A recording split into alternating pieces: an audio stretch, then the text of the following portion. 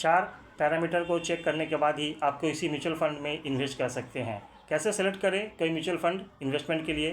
तो उसमें 4 नियम होते हैं। पहला है 1 year rolling return, computed over the 10 years horizon के ऊपर में उसको चेक किया जाता है, जिससे कि आपको 100 से भी ज़्यादा कंपोनेंट निकलते हैं इस फंड के विषय में। दूसरा है आपका बेंचमार्क रिटर्न, जो कि हर फंड का एक बेंचमार्क होता है, उसको कंप्लीटली वो बीट कर पा रहा है कि नहीं। तीसरा होता है रिस्क एडजस्टमेंट रिटर्न, जो कि अल्फा जेनसेंस फार्मूला के हिसाब से चेक किया जाता है। चौथा सबसे बड़ा होता है सार्टिनो रेशियो, ये आपका डाउन साइड को मेज़र करता है कि अगर मार्केट कभी भी गिरता है तो उसका गिरने का संख्या कम होता है, मार्केट अगर जब ज़्यादा गिरे तो वो कम गिरता है, तो इसको कहते हैं सार्टिनो रेशियो। ये 4 चीज़ों को मिलाने के बाद ही आप किसी फंड का सिलेक्शन कर सकते हैं। कभी भी फ्यूचर में पास्ट परफॉर्मेंस को देख करके किसी भी म्यूचुअल फंड स्कीम में इन्वेस्ट मत करिए।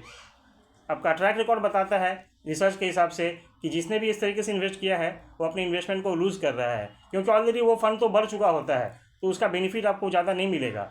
ये रैदर दैन कि आप अपना फंड का सिलेक्शन, मैंने जो आपको बताया उस 4 पॉलिसीज़ के अंदर में अगर आप डाल के करेंगे तभी हो पाएगा। आप अपने म्यूचुअल फंड एडवाइज़र से ये ज़रूर बोलिएगा इस 4 चीज़ों को, पैरामीटर को चेक करने के बाद ही आपका उसमें इन्वेस्ट करें। Thank you. Mutual fund investments are subject to market risks.